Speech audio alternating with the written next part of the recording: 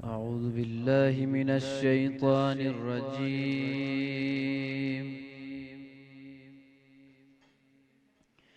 بسم الله الرحمن الرحيم.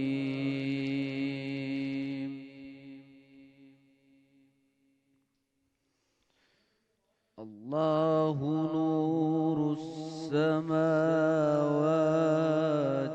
والأرض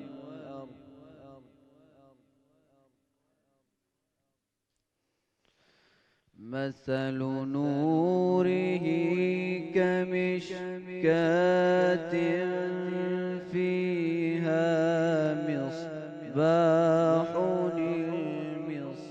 المصباح في زجاجة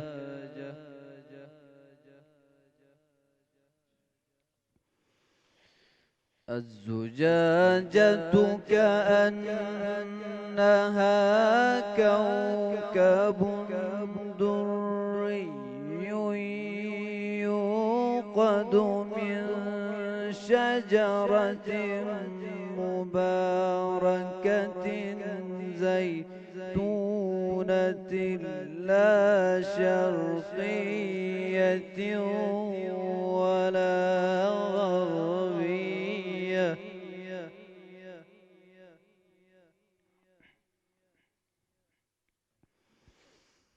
يكاد زيتها يضيء ولو لم تمسسه نار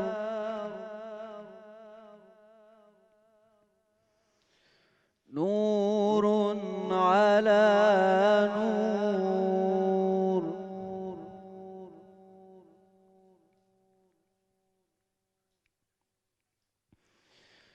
يهدي الله لنوره من يشاء ويضرب الله الأمثال للناس والله بكل شيء عليم.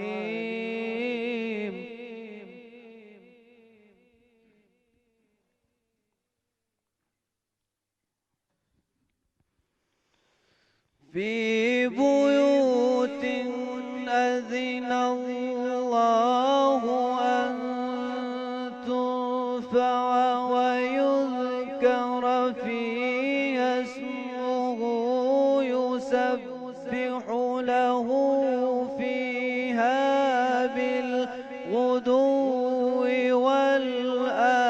وصال صدق الله العلي العظيم.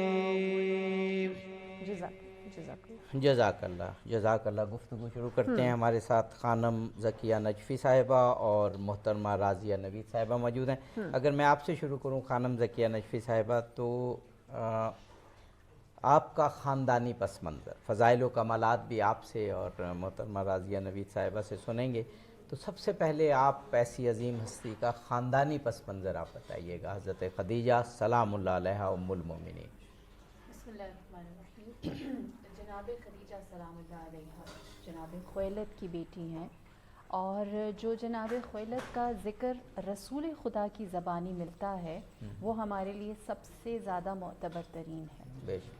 روایات میں ہے کیونکہ تاجر خاندان سے تھیں، تو رسول خدا صلی اللہ علیہ وآلہ وسلم فرماتے ہیں کہ ایام جاہلیت میں جو مسافر یا بے یار و مددگار یا کوئی مظلوم جس کی کوئی فریاد رسی کرنے والا نہ ہو، تو جناب خدیجہ کے والد اور آپ کے دادا نے ایک انجمن ایسی بنائی تھی کہ جو ان کی فریاد رسی کرتی تھی. آپ نے فرمایا اگر وہ آج بھی موجود ہوتی تو آج بھی میں اس کا حصہ ہوتا اور میں جناب خویلد کے ساتھ خدمت فرماتا. تو یہاں سے اندازہ ہوتا ہے کہ کس عزت اور شرف والے خاندان کی تھی. صرف بات حسب نسب یا صاحب تجارت ہونا نہیں ہے، بلکہ جو معاشرے میں کردار ہے وہ بھی آپ کا بہترین ہے. اور پھر اس کے بعد خود جناب خدیجہ کا دیکھیے، اگر ہم رسالت سے پہلے کا دیکھیں، کیونکہ ہم آپ کی شخصیت کو جتنا مطالعہ کرتے ہیں دیکھتے ہیں وہ اسلام کے بعد ہے، اور آپ کے انفاق کو، رسول خدا کے ساتھ آپ کا جو کردار رہا ہے اس کو دیکھتے ہیں. جبکہ آپ کیونکہ ایک اعلیٰ حسب نسب کی ہیں، پاکیزہ کردار ہیں، آپ نے اپنی ذات کو زمانہ جاہلیت میں منوایا ہے. اور ہمارے لیے یہ بات اس لیے زیادہ اہم ہے کیونکہ ہم جس معاشرے میں پل بڑھ رہے ہیں یہ بھی جاہلیت کا ہی زمانہ ہے نا. ویلیوز تو وہی ہیں ساری. ہم تو مسلمان معاشرے میں نہیں رہ رہے، وہی سب کچھ ہے جو زمانہ جاہلیت میں ہوتا تھا، وہی آج کی اقدار ہیں، وہی آج کی ویلیوز ہیں. تو اس زمانے میں جناب خدیجہ سلام اللہ علیہا نے اپنی دو چیزوں کو سب سے نمایاں بنایا. خاتون کی کیا حیثیت ہے سب جانتے ہیں، لیکن آپ کا نام خدیجہ، لیکن آپ کو لوگ کیا کہہ کر بلاتے؟ طاہرہ. اس زمانے میں عورت کا وجود جو ہے وہ کسی اور نظر سے دیکھا پرکھا جاتا تھا، لیکن آپ نے اپنا معیار ایسا رکھا. خدیجہ کے معانی ہے الگ انمول، نام خود اپنی جگہ ایسا ہے، لیکن لوگ زمانہ جاہلیت والے کہتے ہیں یہ طاہرہ ہے، یہ پاک ہے، یہ زمانے کی عورتوں جیسی عورت نہیں ہے. دوسرا آپ کا جناب زید بن ارقم کے ساتھ ایک گہرا تعلق. جناب خدیجہ کے گھر کا اگر کبھی آپ لوگوں کو بھی وقت ملے تو ضرور اس کا مطالعہ کریں کہ وہ کس طرح کا تھا، کیونکہ ہم اس کی جو لگژریز ہیں اس کو ضرور بیان کرتے ہیں جو زمانہ جاہلیت کی مطابقت رکھتی ہے کہ اس زمانے میں بڑا گھر ہونا ایک بڑی بات ہے. لیکن آپ نے اپنے گھر کے سب سے تیسرے منزل پر ایک کمرہ بنایا تھا جو درسگاہ تھا، جہاں آپ جناب زید بن ارقم کے ساتھ بیٹھتی. جاہلیت کے زمانے میں درس اگر ہوتا تھا تو جناب خدیجہ کے گھر میں، یعنی وہ مالدار پیسے سے نہیں تھی، وہ علم، معرفت اور آگہی سے تھیں. اور آپ نے اس کمرے کو ایسا رکھا تھا کہ وہاں سے خانہ خدا نظر آتا، اور آپ اس وقت خانہ خدا کا دیدار زیارت کرتے ہوئے زید بن ارقم سے سوال کرتی کہ مجھے بتاؤ اللہ نے اپنی گزشتہ کتابوں میں ایسا کیا کہا ہے کہ ہم آئندہ آنے والے وقت میں ہدایت میں رہیں. جو ایک منتظر کا بھی کانسیپٹ یہاں سے کہ وہ انتظار میں تھی کہ آنے والا امام، آنے والا ہادی، آنے والا رہبر جس طرح کے ایٹریبیوٹس ہم سے چاہتا ہے ہم اس میں صف اول میں رہیں. تو زمانہ جاہلیت میں جناب خدیجہ صاحب علم ہیں، صاحب طہارت ہیں. یہ آپ کے بہترین حسب نسب کی گواہی. جی واہ واہ. محترمہ راضیہ نوید صاحبہ، میں چاہوں گا اگر آپ پس خاندان، وہ عظیم خاندان جو پھر آخر کار رسول پاک ہی کی جو نسل ہے اس سے وہ متصل ہو جاتا ہے، اس کے حوالے سے بھی بتائیے، آپ اس میں کچھ ایڈ کرنا چاہیں، اور اس کے بعد پھر ہم کمالات اور آپ کے فضائل کی جانب. محترمہ راضیہ نوید صاحب بریک کی جانب بڑھنا ہے. بریک کے بعد انشاءاللہ آپ سے ہم جواب لیتے ہیں. ناظرین بہت ہی ماشاءاللہ خوبصورت گفتگو کا آغاز ہو چکا ہے. اس سلسلے کو آگے بڑھائیں گے لیکن اس بریک کے بعد ہمارے ساتھ رہیے گا.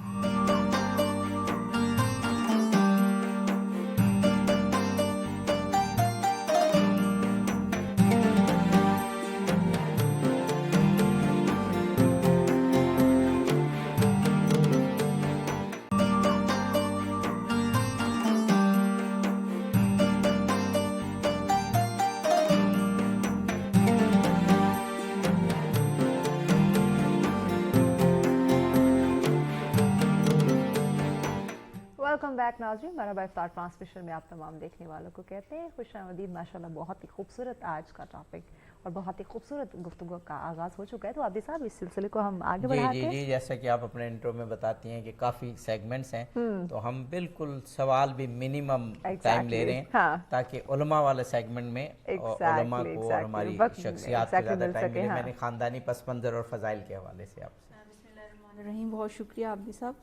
اس میں صرف زکیہ جو ہیں ان کی بات میں تھوڑا سا ایڈ کرنا چاہوں گی کہ سیدہ خدیجہ الکبریٰ سلام اللہ علیہا کے حوالے سے یہ ذکر تو ملتا ہے کہ مسلمانوں میں یا افراد میں خواتین میں جس نے سب سے پہلے اسلام قبول کیا وہ سیدہ خدیجہ الکبریٰ سلام اللہ علیہا کی شخصیت تھی.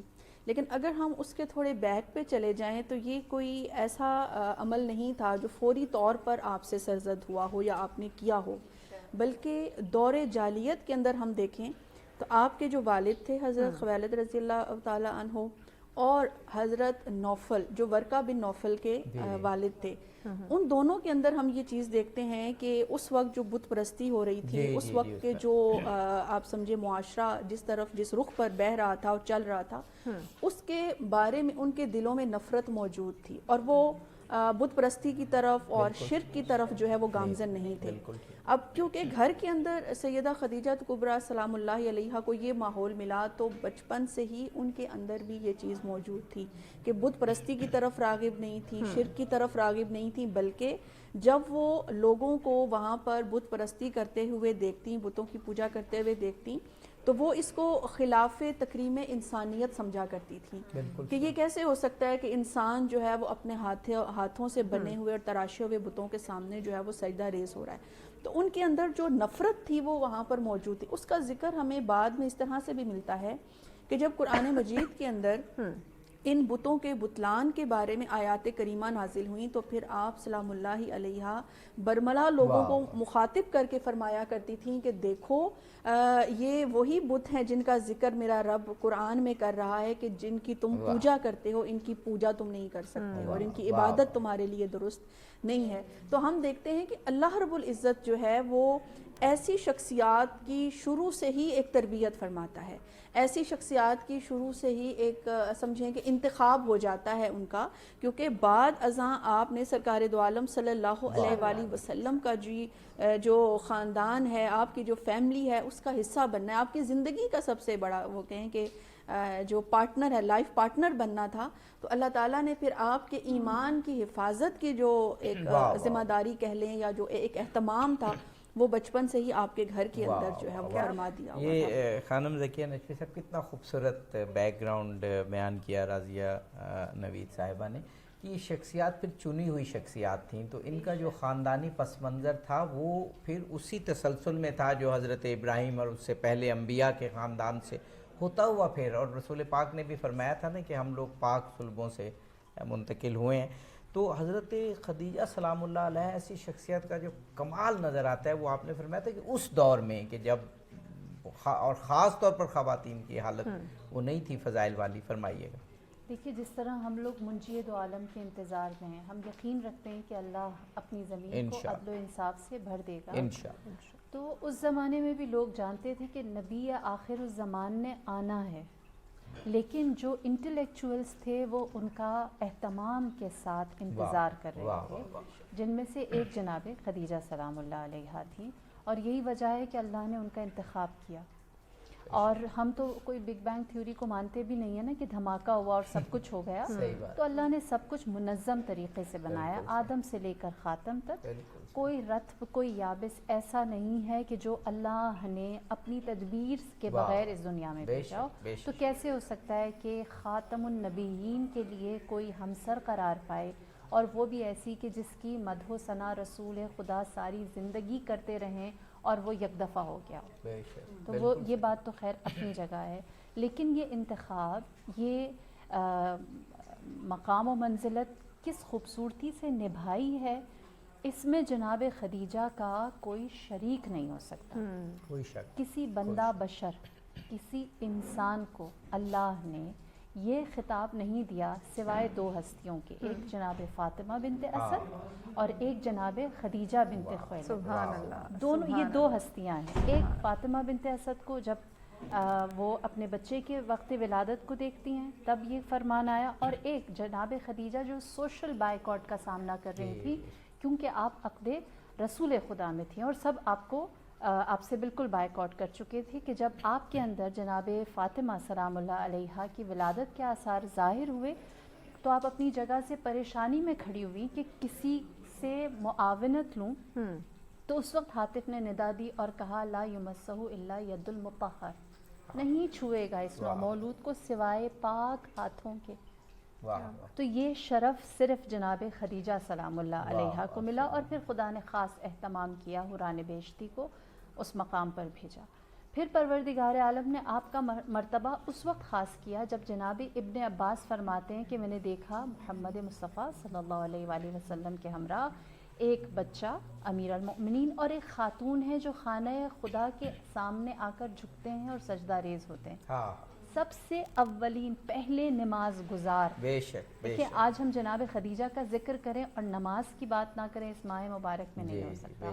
قائمین الصلاۃ. اور یہ جو آپ منظر فرما رہی ہیں یہ تو تاریخ کے ان درخشاں ترین روشن ترین مناظر میں سے ہے کہ حضرت عبداللہ ابن عباس کا آپ نے فرمایا کہ وہ اس سین کو اور اس لمحے کو کہ خوبصورت الفاظ میں اس شخص کو بتاتے ہیں کہ سب سے پہلے نماز کس نے.